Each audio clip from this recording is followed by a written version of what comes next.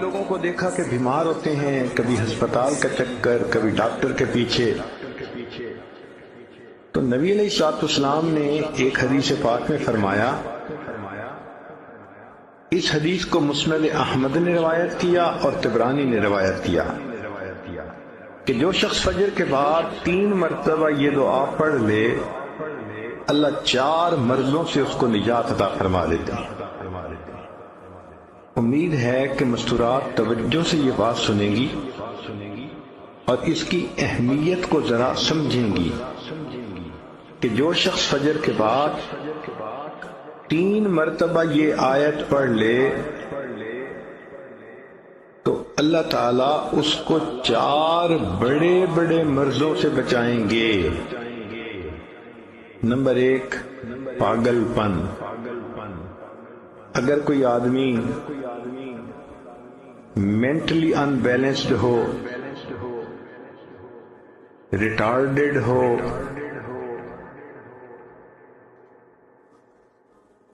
یا جس بندے کو چیزیں بھول جاتی ہوں یا چیزیں یاد نہ رہتی ہوں، ذہن سے متعلقہ جو بیماریاں ہیں وہ اسی پاگل پن کے زمرے میں آئیں گی.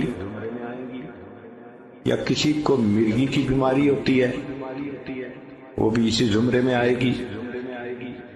تو پہلی بیماری جو اللہ تعالیٰ دور کرتے ہیں وہ ہے پاگل پن، اور دوسری بیماری کوڑ پن. کوڑ پن کہتے ہیں چہرہ بدصورت ہو جانا. یہ بھی ہو سکتا ہے کہ برس کی بیماری ہو جائے، جیسے بعض عورتوں کو جلد بالکل سفید ہو جاتی ہے اور عجیب بدنما چہرہ ہو جاتا ہے،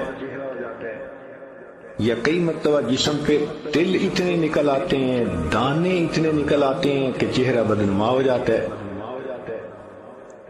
یا چہرے پر داغ پڑ جاتے ہیں کالے رنگ کے. تو چہرے پہ داغ پڑیں، چہرے پہ دانے بنیں، یا چہرے پہ برس کے نشان پڑیں، کوئی بھی چیز ہوگی وہ اسی کوڑ پن کے زمرے میں شامل ہوگی جس سے کہ چہرہ انسان کا بدصورت ہوتا ہو. یہ بیماری بھی اللہ دور فرما دیں گے. اب جن بیچاریوں کو بیوٹی پارلر پہ جانے کا شوق رہتا ہے اور اپنے فیس پہ پتہ نہیں کیا کیا پروسیس وہ کرواتی ہیں،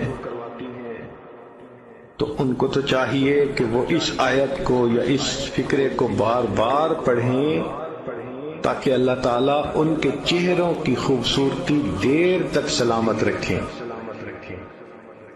اور تیسری چیز ہے اندھا پن.